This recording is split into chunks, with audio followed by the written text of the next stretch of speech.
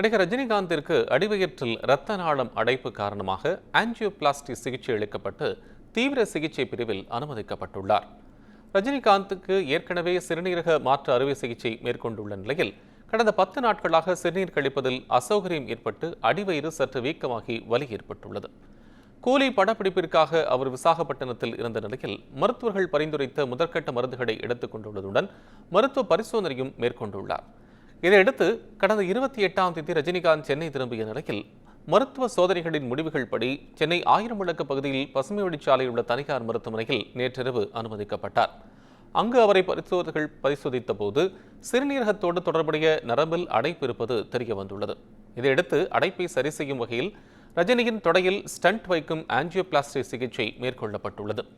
இந்த சிகிச்சை காலை 5 மணி முதல் 8 மணி வரை தாண்டி நீடித்ததாக தெரிய வந்துள்ளது. அறுவை சிகிச்சைக்கு பின் ரஜினிகாந்த் தற்போது ஐசியூ வார்டிற்கு மாற்றப்பட்டுள்ளார். ரஜினிகாந்தின் உடல்நிலையில் அச்சப்படும்படி எதுவும் இல்லை என மருத்துவர்கள் விளக்கமளித்துள்ளனர்.